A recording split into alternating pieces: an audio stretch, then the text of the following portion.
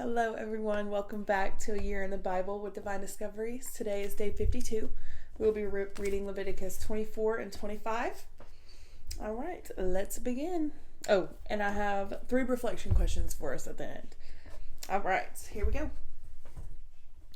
The Lord said to Moses, "Command the Israelites to bring you clear oil of pressed olives for the light, so that the lamps may be kept burning continually. Outside the curtain that shields the ark of the covenant law and the tent of meeting, Aaron is to tend to the lamps before the Lord from evening till morning continually. This is to be a lasting ordinance for the generations to come. The lamps on the pure gold lampstand before the Lord must be tended continually. Take the finest flour and bake 12 loaves of bread, using 2/10 of an ephah for each loaf. Arrange them in 2 stacks, 6 each stack, on the table of pure gold before the Lord. By each stack, put some pure incense as a memorial portion to represent the bread and to be a food offering presented to the Lord. This bread is to be set out for the Lord regularly, Sabbath after Sabbath, on behalf of the Israelites as an everlasting covenant. It belongs to Aaron and his sons, the Israelites. It belongs to Aaron and his sons who are to eat it in the sanctuary area, because it is a most holy part of their perpetual share of the food offerings presented to the Lord." Now, the son of an Israelite mother and an Egyptian father went out among the Israelites, and a fight broke out in camp between him and an Israelite. The son of the Israelite woman blasphemed the name with a curse, so they brought him to Moses. His mother's name was Shilemith, the daughter of Dibri and Danite. Then they put him in custody until the will of the Lord should be made clear to them. Then the Lord said to Moses, "Take the blasphemer outside the camp. All those who heard him are to lay their hands on his head, and the entire assembly is to stone him. Say to the Israelites, anyone who curses their God will be held responsible. Anyone who blasphemes the name of the Lord is to be put to death. The entire assembly must stone them, whether foreigner or native born. When they blaspheme the name, they are to be put to death. Anyone who takes the life of a human being is to be put to death. Anyone who takes the life of someone's animal must take restitution, life for life. Anyone who injures their neighbor is to be injured in the same manner, fracture for fracture, eye for eye, tooth for tooth. The one who has inflicted the injury must suffer the same injury. Whoever kills an animal must make restitution, but whoever kills a human being is to be put to death. You are to have the same law for the foreigner and the native born. I am the Lord your God." Then Moses spoke to the Israelites, and they took the blasphemer outside the camp and stoned him. The Israelites did as the Lord commanded Moses. The Lord said to Moses at Mount Sinai, "Speak to the Israelites and say to them, when you enter the land I am going to give you, the land itself must observe a Sabbath to the Lord.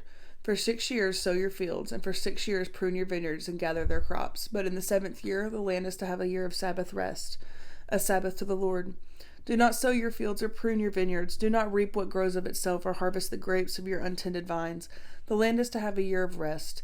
Whatever the land yields during the Sabbath will be food for you, food for yourself, your male and female servants, and the hired worker and the temporary resident who live among you, as well as for your livestock and the wild animals in your land. Whatever the land produces may be eaten. Count off 7 Sabbath years, 7 times 7, so that the 7 Sabbath years amount to a period of 49 years. Then have the trumpet sounded. Everywhere on the 10th day of the 7th month, on the Day of Atonement, sound the trumpet throughout your land. Consecrate the 50th year and proclaim liberty throughout the land to all its inhabitants. It shall be a jubilee for you. Each of you is to return to your family property and to your own clan. The 50th year shall be a jubilee for you. Do not sow and do not reap what grows of itself or harvest the untended vines, for it was a jubilee and is to be holy for you. Eat only what is taken directly from the fields. In this year of Jubilee, everyone is to return to their own property. If you sell land to any of your own people or buy land from them, do not take advantage of each other. You are to buy from your own people on the basis of the number of years since the Jubilee, and they are to sell to you on the basis of the number of years left for harvesting crops. When the years are many, you are to increase the price, and when the years are few, you are to decrease the price. Because what is really being sold to you is the number of crops. Do not take advantage of each other, but fear your God. I am the Lord your God. Follow my decrees and be careful to obey my laws, and you will live safely in the land. Then the land will yield its fruit, and you will eat your fill and live there in safety. You may ask, what will we eat in the 7th year if we do not plant or harvest our crops? I will send you such a blessing in the 6th year that the land will yield enough for 3 years. While you plant during the 8th year, you will eat from the old crop and continue to eat from it until the harvest of the 9th year comes in. The land must not be sold permanently because the land is mine, and you reside in my land as foreigners and strangers. Throughout the land that you hold as a possession, you must provide for the redemption of the land. If one of you fellow Israelites becomes poor and sells some of their property, the nearest relative is to come and redeem what they have sold. If, however, there is no one to redeem it for them, but later on they prosper and acquire sufficient means to redeem it themselves, they are to determine the value for the year since they sold it and refund the balance to the one whom they sold it. Then they can go back to their own property. But if they do not acquire the means to repay, what was sold will remain in the possession of the buyer until the year of Jubilee. Then it will be returned in the Jubilee, and they can go back to their property. Anyone who sells a house in a walled city retains the right of redemption of a full year after its sale. During that time, the seller may redeem it. If it is not redeemed before a year has passed, the houses in the walled city shall belong permanently to the buyer and the buyer's descendants. It is not to be returned in the Jubilee, but houses in villages without walls around them are to be considered as belonging to the open country. They can be redeemed, and they are to be returned in the Jubilee. The Levites always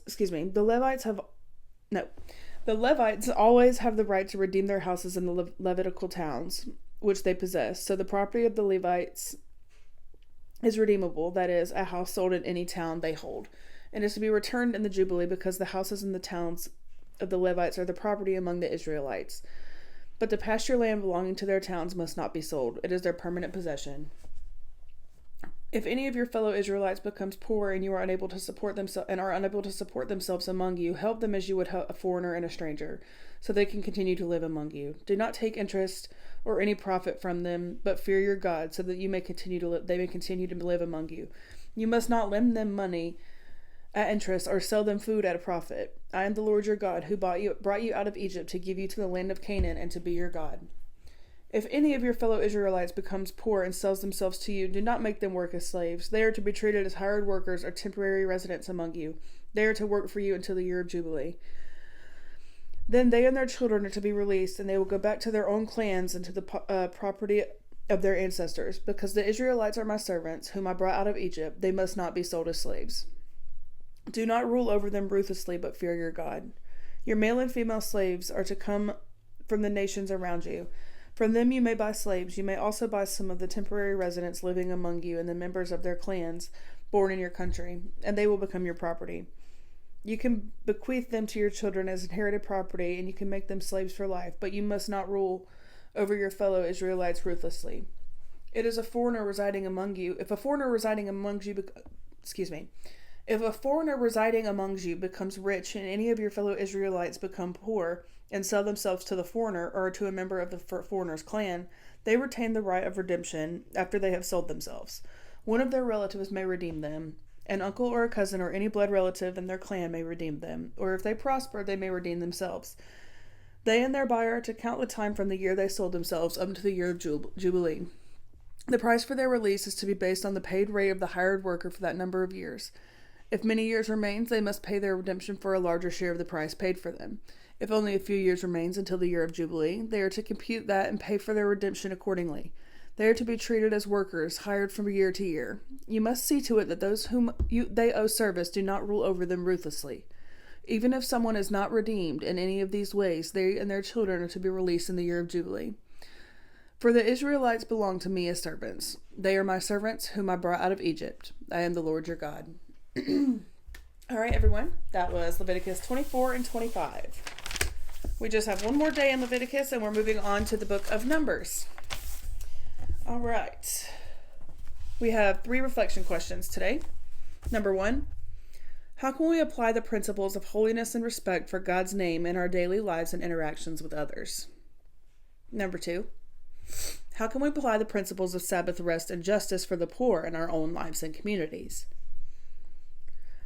And number 3, what does the law for life for life, eye for eye, tooth for tooth, suggest about the nature of justice and the importance of accountability? All right, guys. Like I said, we have one more day in Leviticus, and we'll be moving on to our next book in the Bible. That's exciting. So we will be on book 5. That's cool. All right, so let's go ahead and jump into our prayer. Dear God, I come to you with hope and faith as I prepare for our prayer picnic. I ask that you clear the skies and bring us beautiful weather so that we can gather in joy and fellowship. I'm still trying to find an exact date as we've had to cancel this coming up Sunday's picnic, but may this time together be filled with joy, laughter, love, and your presence. Thank you for your blessings and for hearing my prayers. In Jesus' name I pray. Amen. All right, guys, I will see you tomorrow for day 53. Bye.